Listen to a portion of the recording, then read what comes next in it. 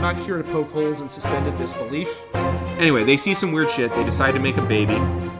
Thou merkin merchant. Who gives a fuck? Oh, I kind of just want to start calling you Damian Yells at School Boards. Well, we really like it here. It's kind of nice, and it's not as cold as back home, and the soil is a lot better. So, yeah, sure, I think we're gonna settle. If I'm a peasant boy who grabs a sword out of a stone, Yeah. I'm able to open people up Well, yeah. anytime I hit them with it, right? Yeah. So my cleave landing will make me a cavalier. Good day, sir. If Siskel thought it was empty-headed plebeian trash, he was probably really gonna groove on it. Because cannibalism and murder.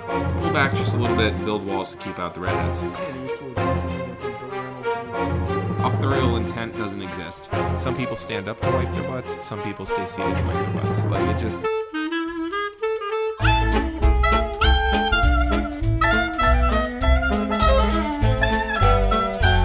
This is a Geek History of Time, where we connect nerdery to the real world. My name is Ed Blaylock. I'm a world history teacher here in Northern California, currently doing my job over the wondrous magic that is the internet. And I have a couple of things I want to say at the opening of this episode. The first one is, I don't know whether I'm proud of myself or horrified that since this Christmas I have managed to turn my wife into almost as much of an addict of Legend of Zelda as I am.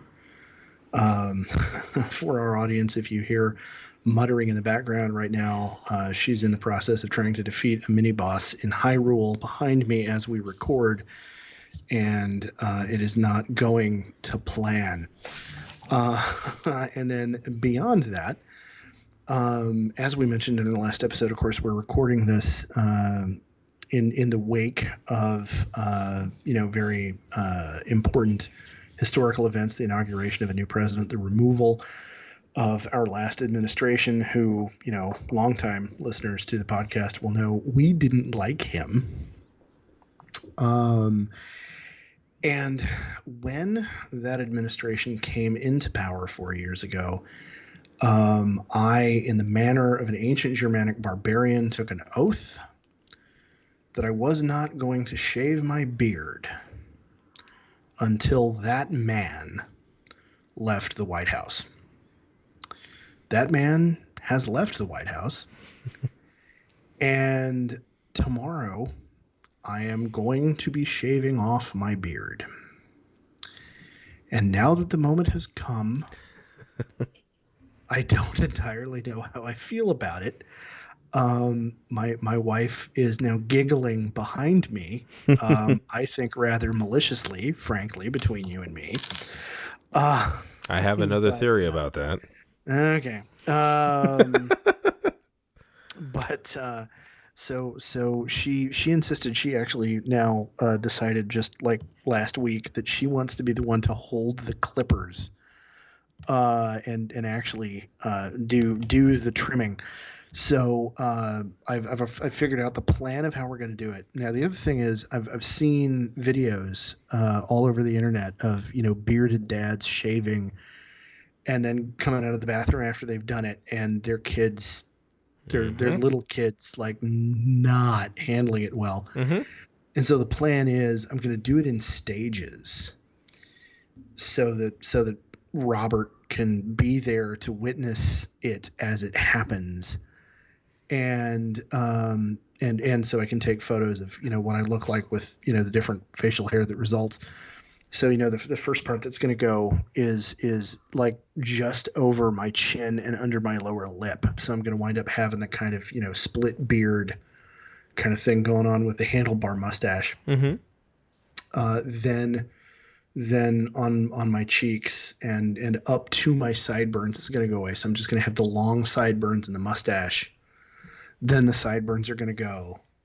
And then the mustache is going to go. Okay. And there'll be photographs at each stage. And then when it's all done, I'm going to look like my 3-year-old. So yeah, I'm on the one hand, I'm very happy that circumstances aligned so that I am in fact having to keep my word. Mm-hmm. Because, there was a reason to doubt whether or not that might happen. But at the same time, I'm kind of afraid of just exactly what I'm going to look like when I get done. Mm-hmm. And you may or may not hear my wife behind me saying it all grows back, Mm-hmm. and it will, Mm-hmm. because I'm shaving it all off, but it done. I'm not leaving it off. No. So yeah, that's what I've got going on. Who the heck are you, man? Well, I'm Damian Harmony. I am a Latin teacher up here in Northern California. Union rep, department chair for some weird reason, and just hear the people sing the song of angry men. Sorry, that's carry okay. on. That's all right. So yeah, I do all those things. Father of two. I did not take the oath of the beard. So I was I just stopped shaving once I got divorced.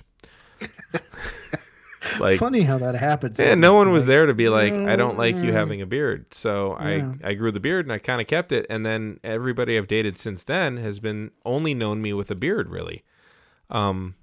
Which maybe that's pulling a different demographic too. I don't know, but Could be. yeah. But I didn't ever do the full grow the beard longer thing because mine just gets thicker. Just ginger beard. But over the last 4 years, it has gotten gray. And during the beginning Hasn't everybody's though? probably, Mm-hmm. But Anyway. during the beginning of COVID, I shaved my beard. And I did it one of the nights that my kids were here, and my son came in to wake me up the next morning. And he woke me up, and he was like, he took a few steps back, and he got a big old smile on his face because he wasn't warned. He was 10, but he was not warned. And I heard from my kids both that they prefer the beard, which is fair. Okay. And also the beginning of COVID was probably smarter of me because, the quarantine 15, it's only half right. So I don't have any idea what you're talking about. no, it's fine. So yeah. I'm keeping the beard for the same reason that I had a goatee through the first, 20 years of adulthood. It hides the double chin. But yeah, that's what I've got going on. Yes, we have gotten rid of that man and that administration, hateful as it was. Glad to see it gone. Which I wonder what's going to happen to our takes on certain things, because this whole podcast has been developed in the shadow of that administration and in the shadow of the creeping fascism. Now, grant you, we're still going to have white supremacy and hate groups and extremists that we can point to as artifacts of the times that we live in. So that'll probably make it easy to analyze things. But, we might have to. I've been in the anti-Trump business so long, I don't know what to do with myself now. Yeah. Have you considered dismantling white supremacy? No. We elected an older white guy. Everything's fine. So. But, we were cleansing our palate from 10 episodes of costume fascism. Yes. And then we got rid of the fascist costumers Yes. in our administration. And now we're statting out fictional characters to hunt down the real badasses that we had back in October of 2019. I believe that's when that was. Yeah, it was. So last episode we brought in a magic user, somebody who does damage per second really well, someone who tracks people, someone who's clearly a consummate healer and an ass kicker, as well as somebody who is a runaround bruiser. Yes. We have lightning bruiser. There you to go. Use the TV tropes term. Yes. So we have 4 more characters. What do you have for us tonight, sir?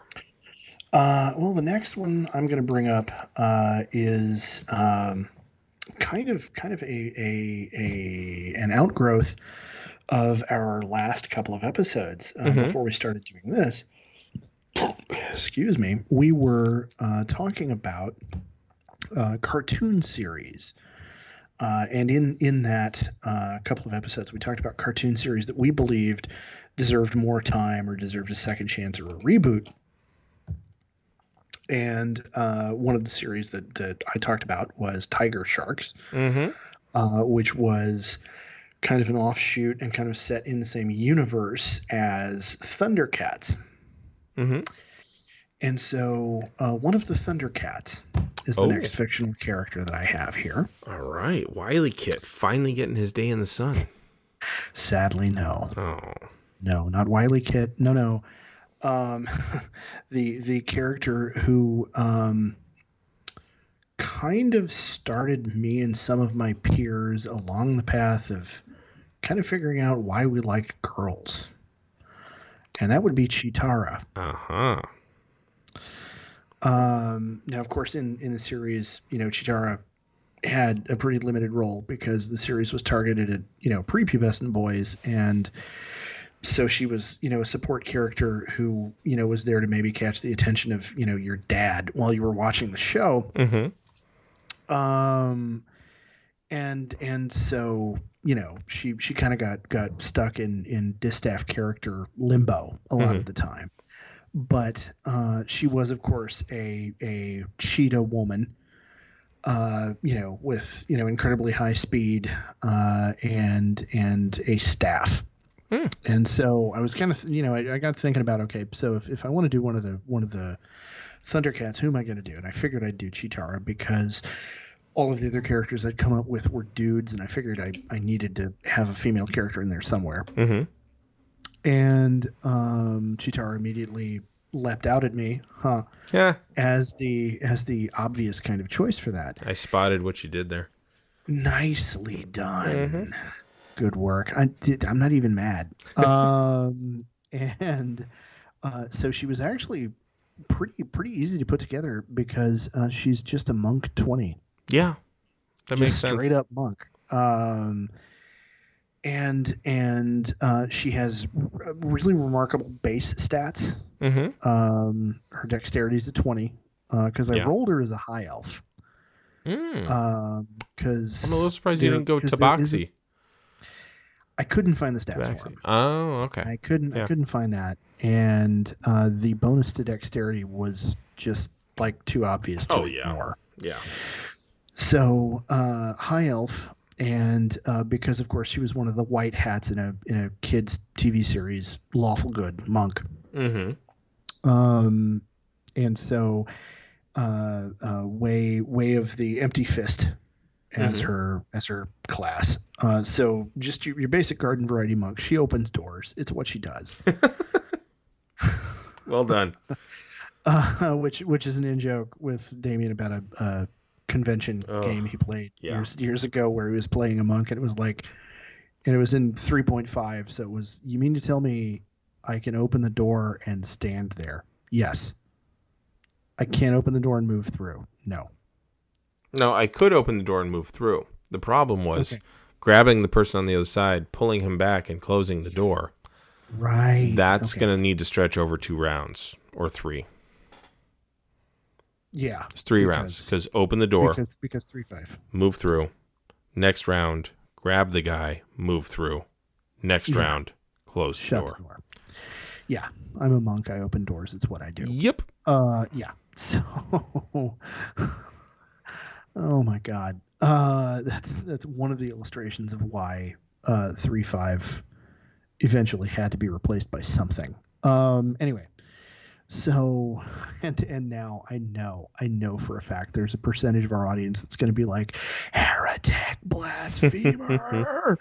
And, that's probably, it's going to get me more comments on Twitter than anything else I've said ever over the course of the whole podcast, I'm sure.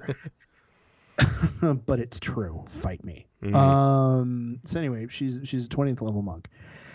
And so unarmored defense, and her elvish dexterity plus feats that she's taken means she has a dexterity of 20.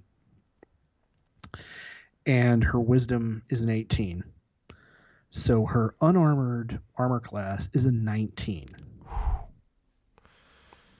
Yeah. And of course I took alert because I'm not an idiot. Mm-hmm. So her bonus to initiative is a plus 10. She's not quite where Buffy is from our last episode, True. but she's close. Yeah.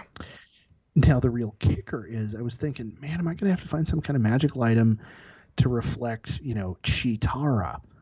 No, it turns out I'm really not. I just need to take a couple of feats and be a monk at 20th level. Her speed is 70 feet. And it actually gets better than that. Because, she has, of course, martial arts. She has 20 key points. She has Flurry of Blows, Patient Defense, Step of the Wind, all the same stuff that we've talked about with her other monk characters up to this point. Mm-hmm. Let's see, where is it? Improved unarmed movement. She's not only improved her movement rate, but as one of her class features, it means she can run along vertical surfaces and liquids as part of her movement. So as long as she doesn't end on a vertical surface or a liquid, she can move whatever her movement amount is. So if she does a dash action, she can move 140 feet. On a wall. On a wall. And if she really wants to, she could end her movement on that wall because she's got feather fall, basically, or slow fall. Yeah, well, slow fall, yeah. So it won't hurt her anyway. And given that she's a cat. Yeah, she's going to land on her feet. So there you go. Yeah. And so as a monk ability, she has the tranquility ability,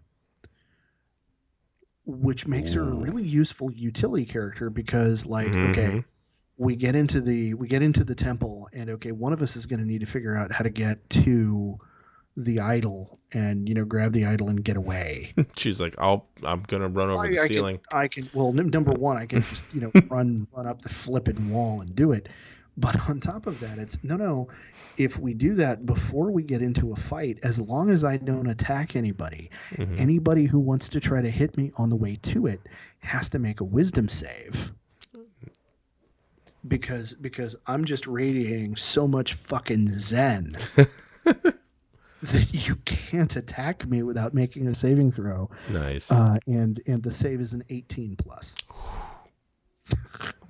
So that army of mooks, good luck with that. Yeah. You're gonna have one guy who will be able to do it, and I have a 19 AC. No, they're all gonna try to hit her, but it's gonna turn into they're just gonna try to pet her. Oh yeah, well yeah. Just look at her, dude. Come on. Well, I didn't mean heavy petting, Ed. I meant because she's a cat.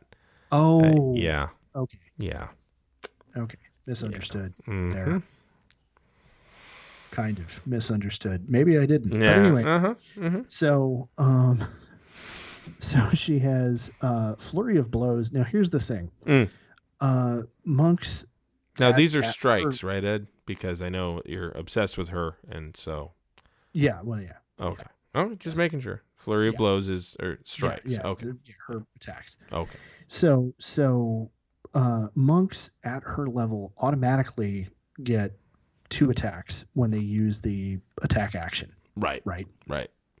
Now, on top of that, though, Flurry of Blows means you can spend a key point and make 2 additional unarmed attacks. And then on top of that, you can, anytime you make an attack with a weapon, you get to make an unarmed attack on top of that. So she can use the attack action to attack twice with a quarterstaff, make a follow-up open hand attack, which I picture being a kick just because of the cartoon. Sure. And then spend a key point to do Flurry of Blows for 2 more. So wait, back it up. So she can do quarterstaff hits twice. Yeah. And then you said she gets an unarmed. She gets a bonus unarmed. Well, that's her bonus strike. action. A Flurry of Blows would cost you your bonus. So she either has to make that bonus for free or Flurry for key. I didn't think there was a limit on the number of bonus actions you could make. Yeah, you get one bonus, one bonus. action, Okay. yeah, one move. Yeah. Okay. All right. Yeah. Then in that case, Okay. but it's Still 4 hits. Four Yeah. attacks. The quarterstaff is 1d8 plus 11 damage. Now, And real open- quick, it's also a monk weapon. So what is her monk weapon damage now? Plus 11. Or d8 plus 11. So it's D8s at that point. It's not D10s. Well, her unarmed strike does a d10. Right. Well, then it would count as D10s. Oh, okay. Yeah. So yeah, everything is d10 plus 11 points for every hit. God damn. So 4 hits. 4 hits at so that's 44 base and another 40 if we're assuming maximum damage. So that's 84 points of damage. 84 points around. And that's not critting. That's no crits. Yeah. Yeah, that's okay. So there was a wrestler who is a huge bully and a prick, and I don't like him at all. His name is John Bradshaw Layfield. Okay. I didn't like his style of wrestling. I don't like all the stories that I've heard about how he was in the locker room. He was a bully and a prick. Now some people are like, oh, he's from the old guard. It's like, no, there are people from the old guard who aren't that big of pricks. But he got in a fight with a guy in the 90s, early 2000s named Steve Blackman. Steve Blackman was a wrestler, and he just didn't have the charisma, but he was a legit martial artist from Hershey, Pennsylvania. And Bradshaw picked a fight with him at the little luggage pickup at an airport. And I guess he'd been razzing the guy for a while. And, Bradshaw's a big, tough dude, big, huge Texan guy. 6'5", 6'6", 300 pounds, big sucker. Ooh. Right. So he's big, he's tough. He picks a fight with Steve Blackman. And the agent, the road agent at the time, finds out later. And he calls him in, and he says to the road agent, whose name is Mr. Pritchard, Bruce Pritchard, who has a wonderful podcast. He says, Mr. Pritchard, I got hit 7 or 8 times before I even knew I was in a fight. So that's the voice that's going through my head when you told me how much damage she could do. Yeah. It's just, Mr. Pritchard? I got hit 7 or 8 times. Yeah. It's like, I'm sorry. I don't think you understand, and you can move, attack too. So she could conceivably just plow through 4 different people at a distance of almost 100 feet. Yeah. So I want to get into that. So she took mobile as a feat, which means she can dash unaffected by difficult terrain. And when she attacks somebody, her target cannot make, as we already mentioned with one of your guys, you can't get opportunity attacks that turn. So she can run up on somebody one turn and hit them. Then the following turn, hit them, and then run away. With no opportunity attack, no nothing. Right. And if she really wants, she could stunning strike someone on the move. I mean, that would be her bonus action, but monks are the ultimate wizard killers that way. Just my daughter stopped the Sahuagin, who was going to just do all kinds of crazy shit with magic. She just stood there next to him the whole time, stunning strike. I'm going to spend all my ki. Stunning strike next round too. Stunning strike next round too. And meanwhile, my son just destroyed all the Sahuagin with like his fireballs. Nice. So yeah. Yeah. No. There's I don't remember the title of the anime. I didn't actually ever really watch it, but there's a kind of loving parody anime where the main character has this devastating punch attack. But in order for him to do it, you have to call your shots.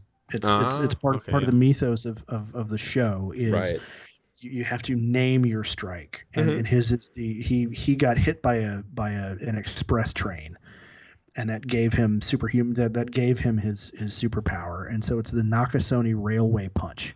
I like it. So he has to shout Nakasone Railway Punch. And the problem is, if he doesn't say the whole phrase before he swings, it doesn't Doesn't happen. activate. Oh man. And he goes up against a guy who has a much weaker punch, but all he has to say is mosquito bite, mosquito bite, Oh, I love it. mosquito bite. I love it. And so that completely stymies him until his girlfriend runs up and just like hits the other guy over the head with a wok or something. I don't Right. remember, but yeah. And so so this is kind of the same thing. Like, no, baff, baff, baff, baff. You know, Nice. the stunning strike. No, you're not going to cast a spell. Stunning strike. Stunning. Screw you. Stunning strike. So, but she has, you know, as I said, tranquility, and the one that really got me was, I know I've looked it up before, but because she's 20th level as a monk, because she never multiclassed, she gets quivering palm. Yeah, which is insta kill. Yeah. Which is you're at 0 hit. If you fail the save, you're at 0 hit points. Mm-hmm. And I looked at it and I went, well, okay, if what we're trying to do is we're hunting down and eliminating our historical figures, then I know what I need to take. Oh my god, yeah, she's the one that will get to the sniper in 4 rounds. Yeah. And because the sniper has like all the range. Like you have to get out more mats and tables to put her, you know. Yeah. But she will get there eventually, and then when she does, it is over. Yeah. Yeah. It's no. Quivering palm. Here's the deal. If you fail the save, you're at 0 hit points. If you make the save, you take 10 die 10. If you make the save, you take 10 d10. So save for 10d10. Yeah. Yeah. Save for an average of 50 hit points damage. Right. Like, holy crap. Yeah. Wow. So, evasion. So, no, I'm sorry. If I make the save, I take nothing. And her dexterity save bonus, by the way, is plus 11. Oh, I'm sorry. You wanted to hit me with a fireball? No, you didn't. No. Bite me. Yeah. Improved unarmed move, which I already mentioned. Alertness, so her initiative is a plus 10. Deflect missiles, so you know the sniper can shoot at me on my way in. Yeah, okay, that's fine. Oh wow, cool. Yeah. Although that's based on damage done. That is true. So she might not, yeah. But she can still reduce the amount of damage she takes on the way in, and she has 136 hit points. Yeah. So, but if one of those is a magic missile of some sort or something, yeah, and there's also the fact that she has empty body, which is invisibility. Okay, so, yeah, that makes it a lot tougher. Empty body, and now I'm running at you, and as long as I don't attack anybody, you don't see me. And then on top of all that, at 20th level, you get perfect self. Right. If you roll initiative and you have no key points, you gain 4 key points. Yeah. Oh, hey, I'm out of points. I rolled initiative. I can still quivering palm your sorry ass. Right. Like, oh my God. Wow. So yeah. Oh, and key empowered strikes. So are you undead or something that requires magic weapons? Yeah, I don't care. I just don't care. So yeah. She was a lot of fun to put together. I bet. Quarterstaff, open hand strikes, and darts. Plus 11 to attack, and D10 plus 11 for each hit. Dexterity of 20 because elf and feats. What traits did you give her? What personality? What background? Background I gave her was acolyte. Okay, that makes sense. And naivete about the outside world, because the Thundercats arrived on a starship and they know nothing about the world they've just landed on. Right. Hold on, I gotta check the rest of it. She is easily distracted by her flaw is that she's easily distracted by the shiny newness of the world. Okay. Because of being so sheltered. And her loyalty, her bond is to the other members of her order, which is to say the other Thundercats. Sure. Nice. Yeah, because there's a very notable episode of the show in which they somehow discover a cache or a gigantic vein of gold. Mm-hmm. And there's some kind of magical, I'm trying to remember the details of it, but there's some kind of magical thing about the gold they find that it's hypnotic Mm-hmm. and affects them with obsession with it and greed. And she's one of the first ones to fall to it because girls like jewelry. Right. Well, cool. Unfortunately, like I said, the show is dated. It was done in the 80s, but Yeah. Yeah. So there we go. All right. That is Chitara as a 20th level high elf monk. I like it. Yeah. All right. Well, my first character of this episode, I decided that we needed technology. If we're going to defeat these people, we need technology. And in order to get to technology, you need to have an engineer. Artificer? Oh, okay. And in order to have an engineer, you should probably get the best engineer that has ever existed. And that would be Lieutenant Commander Geordie LaForge. Okay. So, Okay. he is an Artificer 15, Forge Cleric 4. Okay. And it's only at this moment right now that I realized Geordie LaForge. Yep. Yeah. His background is Guild Artisan. Yeah. He is a rock gnome. Okay. Personality traits: always want to know how things work. Okay. Ideals: everyone should be free to pursue his or her own livelihood. Very Starfleet. I owe my guild a great debt for who I am today. The guild being Starfleet. And the flaws: always want more. Because Geordie was thirsty. All right, not wrong. Yeah. Let's see. So, he starts off as an artificer, which means he gets a con and an intelligence saving throws. Very few who get intelligence saving throws. His strength is an 8. It's nothing remarkable. His dex is a 14. Again, no big deal. Con is a 12. I mean, he's a pretty standard I serve, but I'm not here to work out kind of human. Yeah. His intelligence is a 20. Reasonably. That makes sense. His wisdom is a 16 because he can sense things that we cannot. And his charisma is a 13. Because as the show goes, he does get more charming. He does understand things better. Yeah. Well, and we get to, I think it's possible he always was that charming. It's just that as the series progressed and the friendship between him and Data developed, we got to see more of him being that guy. So his skills are pretty staid. Arcana, history, investigation, perception, and religion. Now, under perception and investigation, he's rolling a 16. Okay. So, and all the rest, he's rolling an 11. So, and part of it is because I was limited to a certain amount of skills that he could take. Okay. But yeah. Okay, so he's got Artificer's lore, which means he has let's see. He gets double his proficiency on history rolls, actually. So he gets he's rolling a 17 on history when it has to do with magic, alchemy, or technological devices. Okay, that makes sense. Yeah, he tinkers, because he's a rock gnome.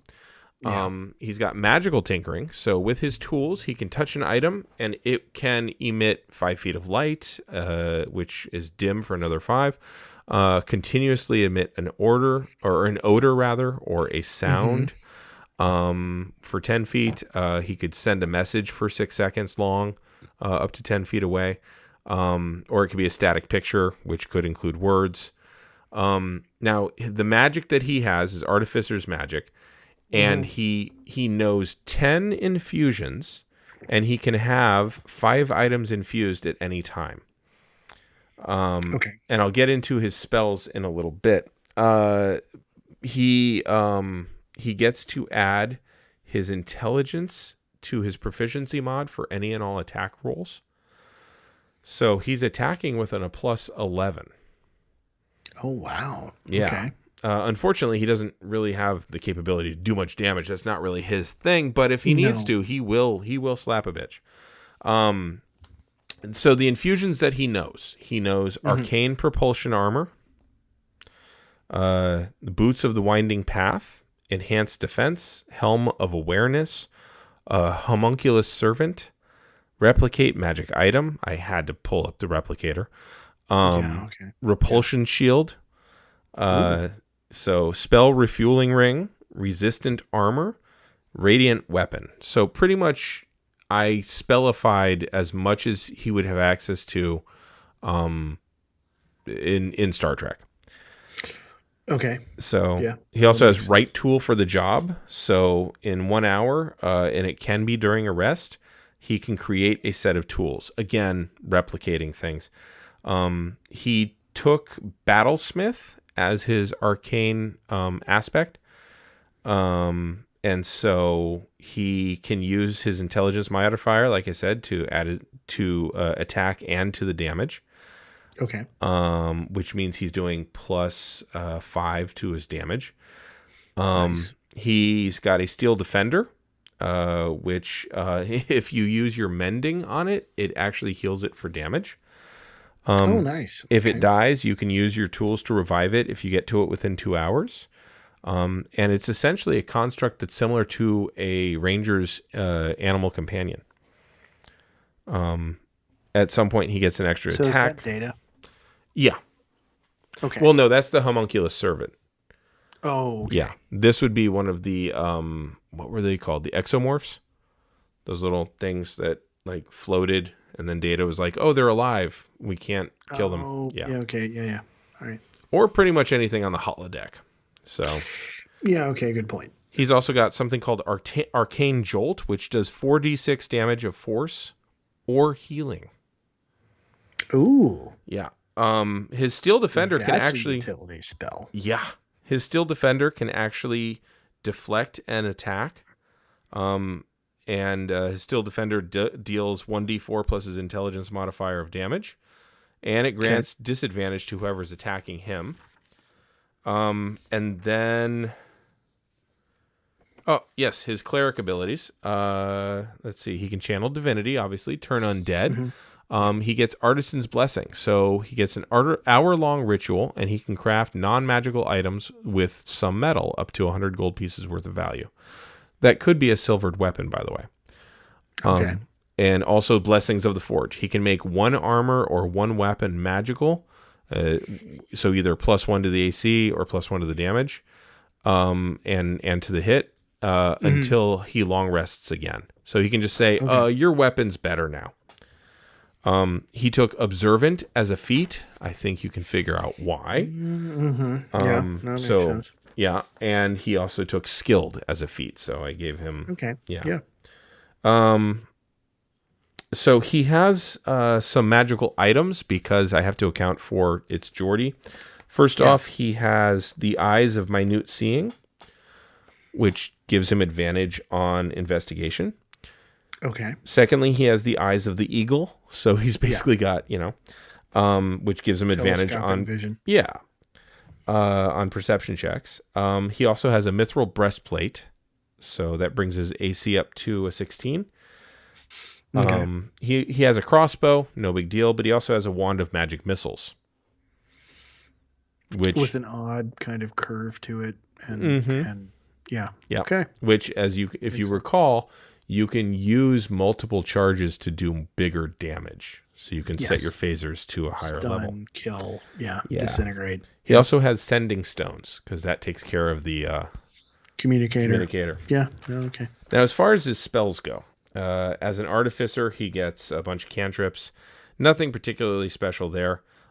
First level spells, he's going to take Expeditious Retreat and Detect Magic and Alarm. And I can imagine what that sounds like. Yeah. Also, he takes Catapult.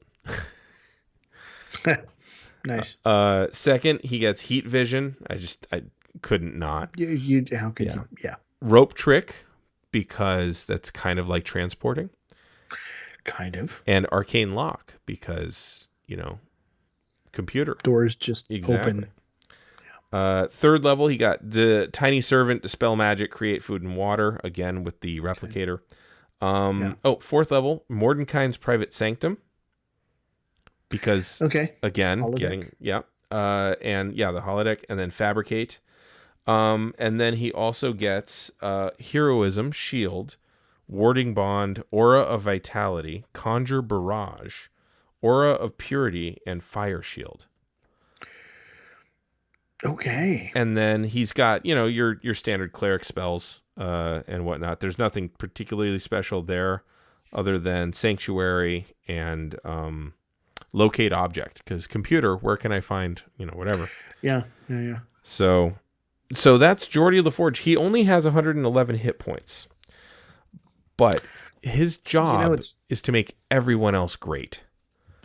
Yeah, he is the buff master. Yes. Okay, so you're already pretty good at this. I'm going to make you better. Yeah. How about you're good at this and you have machines to help you? Yeah. Yeah. And the thing is, the wonderful thing about having him on the team is he creates a really difficult decision for the strategist on the other side. Yes. It's like, okay, so we need to take him out because he's making everybody else that much more dangerous. But if we're focused on taking him out, everyone else, we're letting them run amok. Yes. Like that's in 40K, that's the best kind of decision you can force your enemy to make. So neither of these choices is going to be good. Right. Well, imagine what he's going to do to Riddick's weapons. Or to Chitara's, weapon. Yeah. Yeah. It just, yeah. All right, so that's Geordie LaForge. I haven't ever made an artificer, and I decided I wanted to have a fictional character who's not a standard hero, who's not a, square-jawed, I'm gonna, or just sneaky, I'm gonna kill. It's like, no, I'm gonna solve all my problems with technology. Yeah, that makes sense. Yeah. All right, I like it. Who's your last one for the night? All right. So my last one, speaking of square-jawed heroes, my last one is Richard Sharp. Don't know that name at all. Okay. Hold on. Okay. So Richard Sharp is a rifleman in the Napoleonic British Army. He is the creation of the British author Bernard Cornwell. Okay. And there's a whole series of novels. Okay. Starting with the first one published is Sharp's Rifles. Yeah, that I've heard of. In which he is introduced. He and Harper and the rest of the men in his company are introduced. They are part of the 95th Rifle Regiment. And he's introduced as a slightly overage in grade lieutenant in this regiment. And his men don't like him and don't trust him because he was a quartermaster who just got assigned to the unit before they got sent into campaign. And they are led to understand he used to be one of them. He's a rarity in the British Army. He's an enlisted man who's been promoted to being an officer. Nowadays, we call guys like this Mustangs. Okay. And nowadays in the U.S. Army, that's a sign of distinction because it means you really knew your shit. In the Napoleonic British Army, you were looked on as somebody who was jumped up above your station.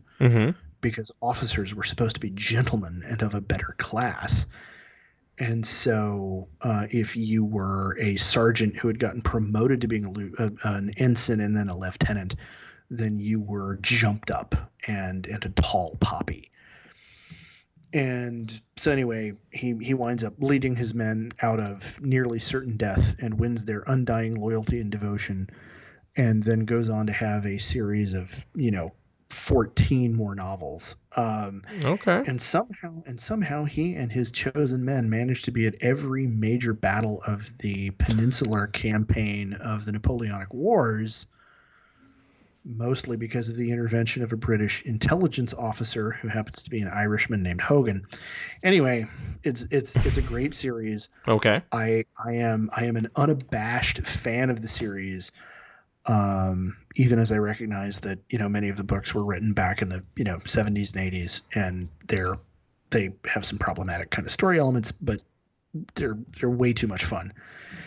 And Cornwell, as much as says he was a huge fan of the Horatio Hornblower novels, which are about the Napoleonic British Navy. Right. And he was like, well, I want to read about what life was like in the Army. Mm-hmm. And nobody had written those books. And he said, well, I got to do something about that.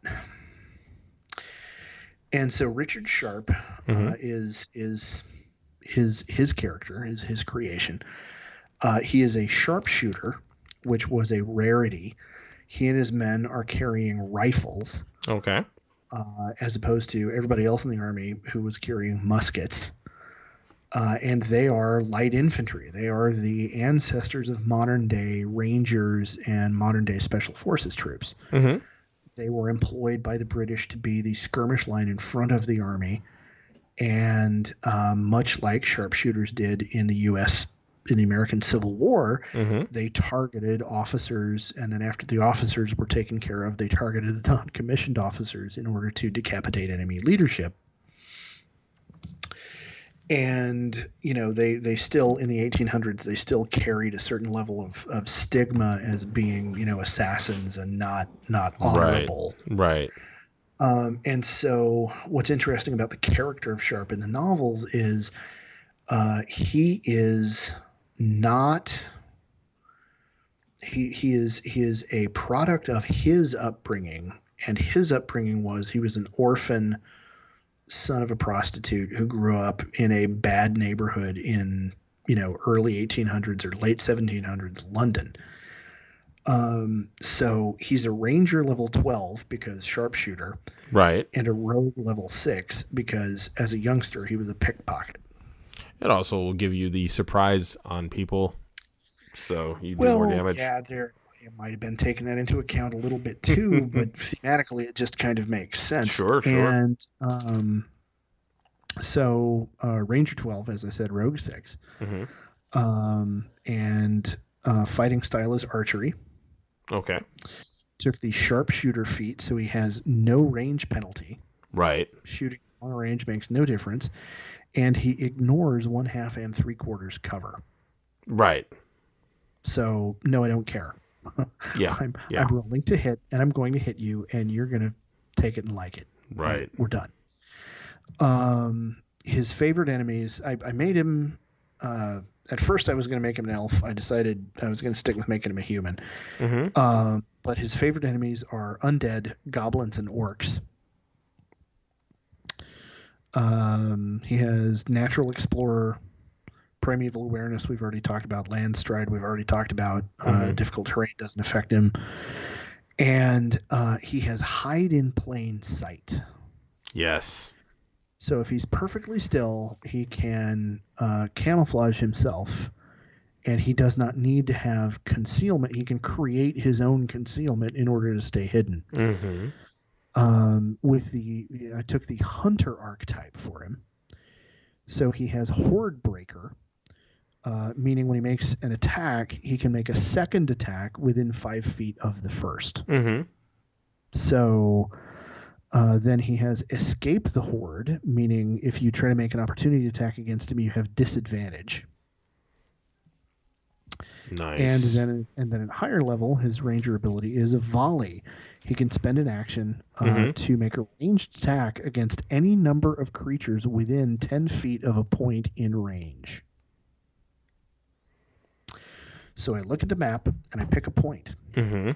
And I can attack with a ranged weapon. I can make one attack against every creature within 10 feet of that point, as long as I have ammunition to do it. Wow. Ow. Yeah. He has expertise as a rogue. Mm-hmm. His sneak attack damage is 3d6. Mm-hmm. He has cunning action, so he can hit and fade or hit and hide. Yeah. And just like Riddick, he is the assassin archetype. Mm-hmm. So he has assassinate, and his initiative bonus is +9.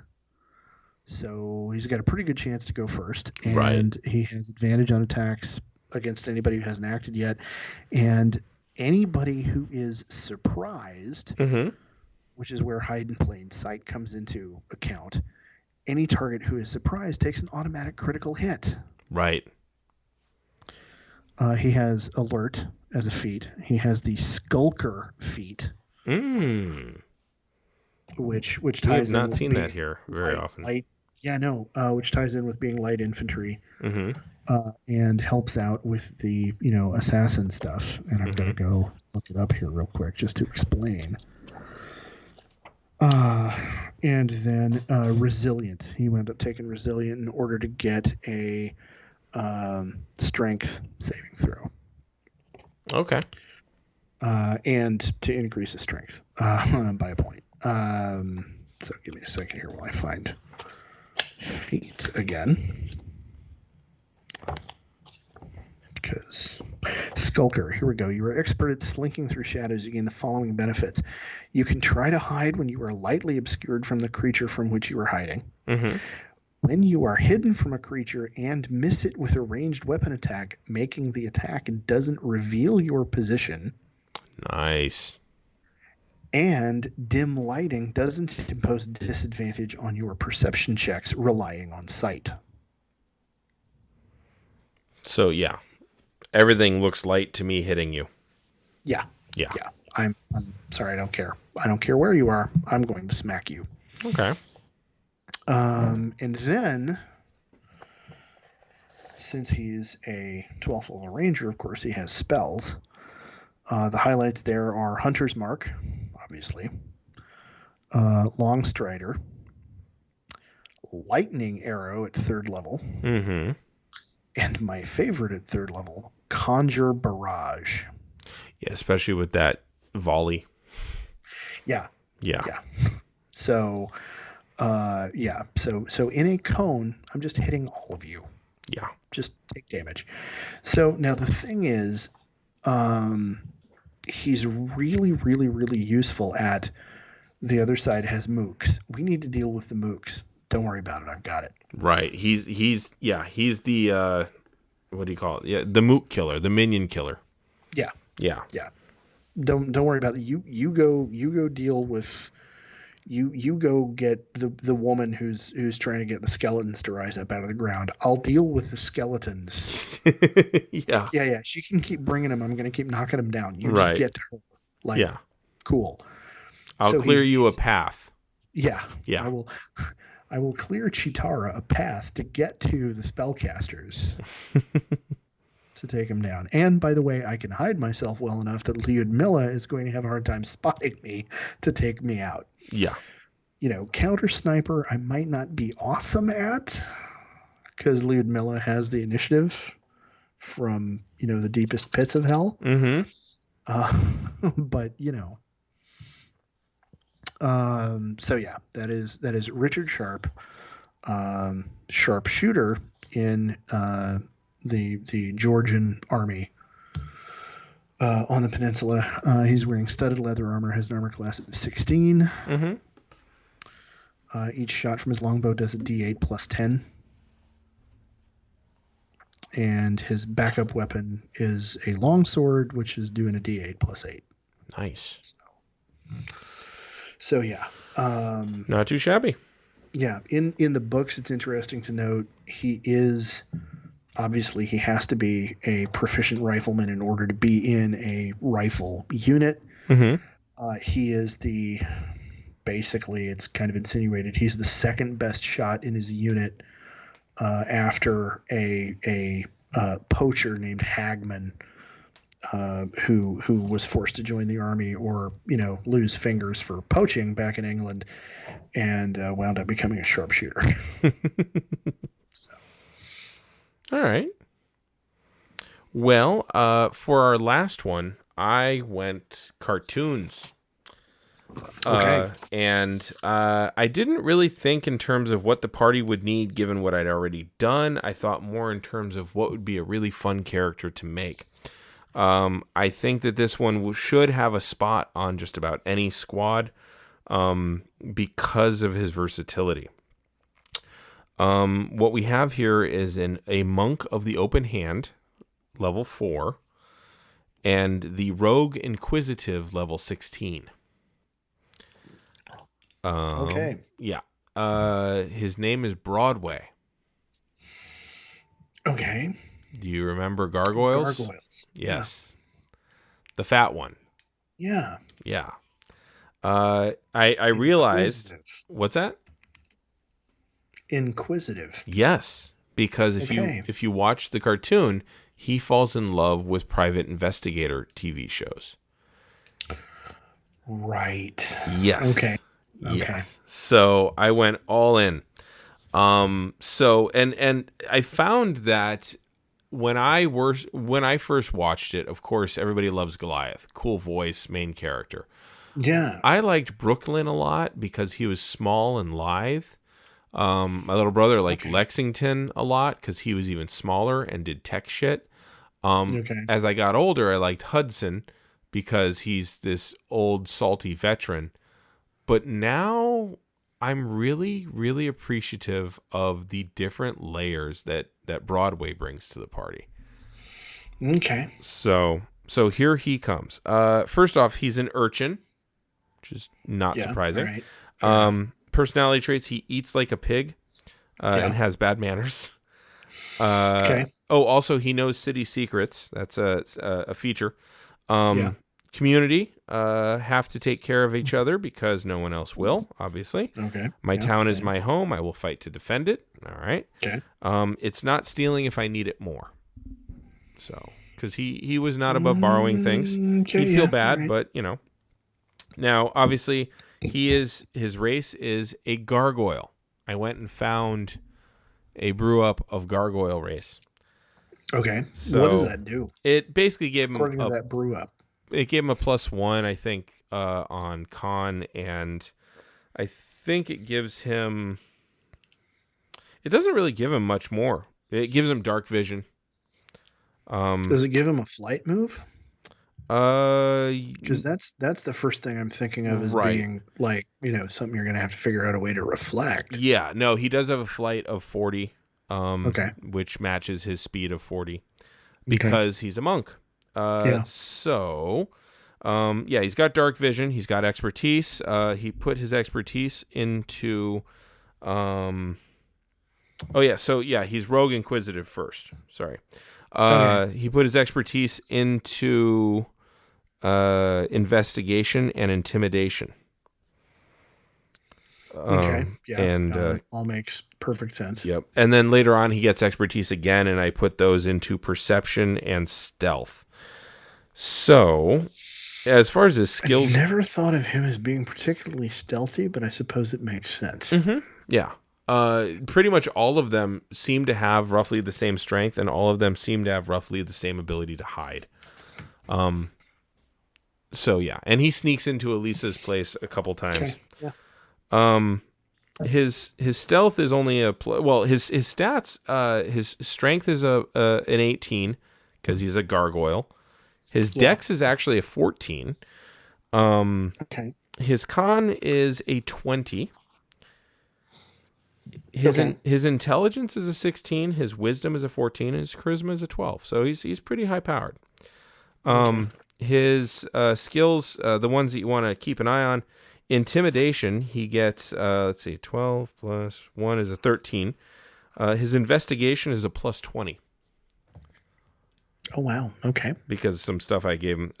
His perception is a +19. Okay. Yeah, his passive wisdom is a +17. And his stealth is a 12 because it's actually he gets expertise in it, so it's actually 6, 12. It's a 13, 14. Yeah. So, Okay. So he gets your standard thief package, right? And then we get to inquisitive. He has what's called the ear for deceit. And what that is that you get to make an insight check against someone who's lying, and you can't roll less than an 8. Okay.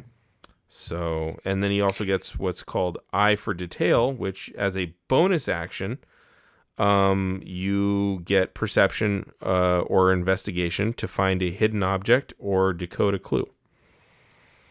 Okay. Cool. Then you also get insightful fighting as you go up in levels. As a bonus action, you use your insight versus their deception. And on a success, you can use sneak attack on your next attack on them as a target. You can do that. You can hold that sneak attack for about a minute. So, if you don't want to hit them 10 just rounds. yet, 10 rounds later, you could still have done it. Yeah. And then your standard uncanny dodge, evasion. I took observant. He can read lips, and he also gets the bonus to his wisdom. And steady eye. If I move at 1/2 or less of my speed, I get an advantage on perception and investigation. It's a feat that I found in Tosh's, I believe. Okay. Or no, actually, that might actually be the final part of being the inquisitive. And then so that means I could be flying along at 20 and notice lots and lots of stuff. Yeah. Okay. That makes sense. Reliable talent with my proficiency added, I can never roll less than a 10 on anything. Okay. And then I took skilled, so he becomes a little bit more skill monkey. And then unerring eye. This is another inquisitive thing. My action on an action, I can sense the presence of illusions, shape changers who are not in their original form, or other magic that would deceive the senses within 30 feet. Wow. Yeah. Okay. So I'm the one that's like breaking through all the stuff and going, nope. Also, I get blind sense. If I can hear something, or if I'm capable of hearing, then I know where an invisible creature is if it's within 10 feet of me. Wow. Yeah. That's really powerful. Yeah. Wow.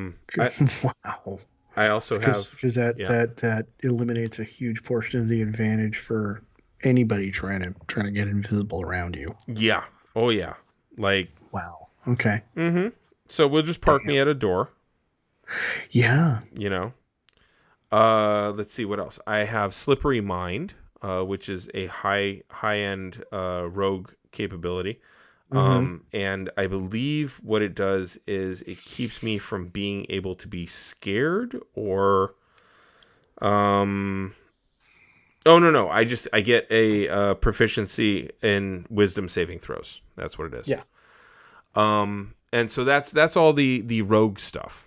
Okay. And then we switch over to being an open hand monk. And I pretty much did it because Step of the Wind, is a monk trait, as well as the Way of the Open Hand, which is on a flurry of blows, I can make an enemy have to succeed on a dex save or be knocked prone.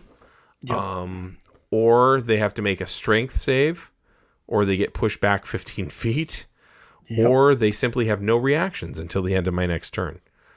And then I get slow fall as well. So, also I took it because most of his weapons are unarmed.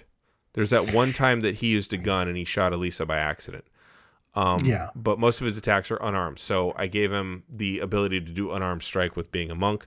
I also gave him Savage Attacker because every gargoyle in that series was a Savage Attacker. Once per turn, I can re-roll an attack and keep either roll. Yeah. That works. His claws, I updated him to have... So he's got an unarmed attack at 1d4 plus 4. If he attacks with his claws, it goes up to a d6 plus 4 and slashing. Okay. All right. Other than that, he only has 199 hit points. His initiative is only a +2. His armor class is only a 14. But he is the non-combat character like crazy. He will get you through the plot. Yeah, he's the utility man. Mm-hmm. And for sure. Yeah. he can hit pretty hard, and he can, bend bars, lift gates. Yeah. So definitely he's kind of the guy that you want for that. So that, and he was just really fun to make. I mean, he's Broadway. He's yeah. Cool. So yeah, no, that works. So there you go. That's my addition to the squad. So here's what's going to happen. In just a couple seconds, George is going to weigh in with his votes. I would like to know what you think our squad will be. There's six spots, and we have 11 people. I will go first. I think that he will pick Madam Mim. Yeah, Mim I think needs to be there. I think I think that he will pick Geordie LaForge. Yeah. And I think that he will pick John Carter. Yeah. And I think that he will pick Dr. Watson. Okay. And I think that he will pick Richard Riddick and Buffy Summers. I'm going to go out and say those. Okay. I think that he will pick Geordie sentimentally more than he'll pick him rationally, but I think Geordie does deserve the 5th or 6th spot on that squad anyway. So. Yeah. Yeah. I So who do you think he'll pick? I definitely agree with Madam Mim. Mm-hmm. Definitely agree with John Carter. Mm-hmm.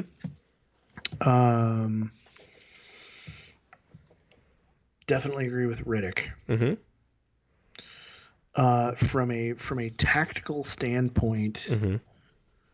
Or strategic standpoint, I think having another cleric, because we've got he's gonna go with Geordie for as you say, for sentimental purposes. Mm-hmm. I think Geordie also has the advantage of, as an artificer, with the bonuses that he's able to give. He's a force multiplier. Yes. And so I think for a practical reason, that's a good one to go with. I do think he's going to go with Dr. John Watson, mm-hmm. because Watson brings obviously more of the healing to the table to help everybody out, mm-hmm. and the controller kind of stuff that Watson is able to do by tripping people up, and the abilities that I chose with him, disarming and all that stuff, mm-hmm. I think can be very useful. Mm-hmm. So number 6? I'm wondering whether Chitara stands a chance for the same sentimental reasons. If Chitara does, I think he'll be making a mistake in not choosing Buffy, because Buffy has the searching abilities. You need some sort of scout. And I think if he does take Chitara, I think that'll weaken the party. But I do think that you stand a 50-50 of him taking Chitara. Yeah. Yeah. And sadly, see, of all the characters I did, I'm proudest of Watson and Sharp, mm-hmm. Largely because of the way I managed to interpret them mm-hmm. from the source material. But I think mechanically Sharp just doesn't quite fit in with what we're trying to accomplish. Mm-hmm. Like, in a fantasy setting, I'm going to recreate a rifleman from the Napoleonic era. Like, Sharp is perfect. Like, oh no, I'm going to kill the sergeant and then 3 of the dudes. Right. Like, and we're done. But for hunting down and killing, Walt Disney's Wrecking Crew, I don't think that's going to work. Sadly. Yeah. Well, and yeah, if we're going, we're super power battling these guys. I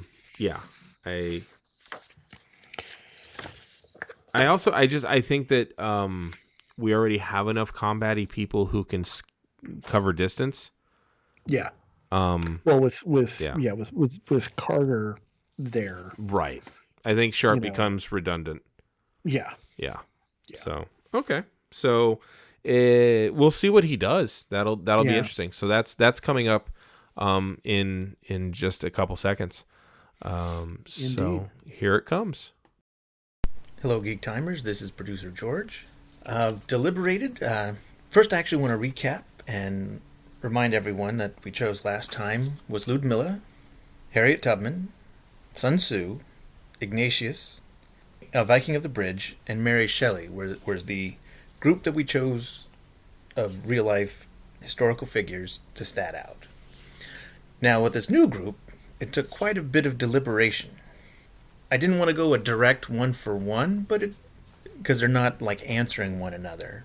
I see a lot of good overlap, especially between the characters created, but I'll do it kind of a one-to-one, and because it kind of explains why I chose them. Like for Ludmilla, my counter is Chitara. She can bridge the gap, and she can hit her and stop her and keep her down, was part of the reason for that. Harriet Tubman, if I recall, chose for her survival and her ability to be able to go over terrain, basically a help to the party, and so her counter I have as Geordie, so he can enhance everyone else to get them, to the goal of stopping this other group. Sun Tzu, we had a statistician and kind of a rogue type. His counter is Riddick. But he is also kind of a counter for the Viking on the bridge. But, if you can get these others stopping them, then they can all kind of finish with him. Don't know. So that was my choice for that. For Ignatius, it was Dr. Watson, since he has the medical ability. And on top of that, the icing on the cake is that he can fight with his cane or what have you. So he can always help out in other fashions. The Viking on the bridge. I'm going to skip him because I still haven't fully decided yet. But Mary Shelley, the kind of counter that I put, like I said, and they're not direct one-to-ones. I don't, them fighting together is a pretty potent team. It would be Mad Madam Mim. I liked her for her barriers. So even as people are attacking, she can prevent one person from getting to another so that you can deal with another. If that makes sense. With the different vines, the anti-life. I can't remember the barrier. But it prevented people from getting. And that also attributed to Mary Shelley. So that's why I also consider Dr. Watson and Geordie a counter to Mary Shelley, both with their cleric abilities. So the Viking on the bridge. My debate is between Buffy, Broadway. I know that's less attacky, so to speak, doing Broadway, but his help to the party on the whole is very helpful. John Carter is a possibility with his strength and what have you, but I think that can be covered by Buffy or even Richard Sharp. So yeah, that's the toughest call. That last part to cinch everything together. I think I'll go with Buffy. I know that's very monk heavy, but I think that would be a very successful against the others on this list, especially since a lot of them occupy multiple roles. Both Geordie and Dr. Watson are like, you can't not have them because of their cleric and other enhancing abilities that they have. So, what do you think? I know it wasn't exactly what you speculated for me, but I think these choices are logical and formidable. Well, okay, that was George's choices. There were some surprises in there for certain, but yeah, I think we both nailed it on a few of them. So, yeah. Well done, George. Thank you very much. You know what? Let's just jump right out of it. Ed, where can people find you on the social medias? They can find me on the social medias at Blaylock on the Twitter, and also Blaylock on Instagram and TikTok. If you really want to go looking, you won't find much on TikTok, but that's where you can find what little there is. And if everybody wants to, shout at us or shout at Producer George, don't shout at Producer George. He doesn't deserve that. Shout at us. But if you really need to do that, you can find us at Geek History Time on Twitter. And where can they find you? You could find me at Duh Harmony, 2 H's in the middle, on the Twitter and on the Insta. You can also find me every Tuesday night on twitch.tv/capital puns. And you'll see me doing all kinds of puns for our show that's been going pretty dang strong. We're coming up on 100 episodes of that. So Wow. yeah, 100 shows rather. Very cool. Yeah. And then you can also find me on there's a podcast called Voyage of the Page Turner that I was on recently that I really, really enjoyed doing. A lot of fun. And other than that, I think that's about all you can do. You can find me there. So, yeah. All right. Well, for Geek History of Time, I'm Damian Harmony. And I'm at Blaylock. And until next time, keep rolling 20s.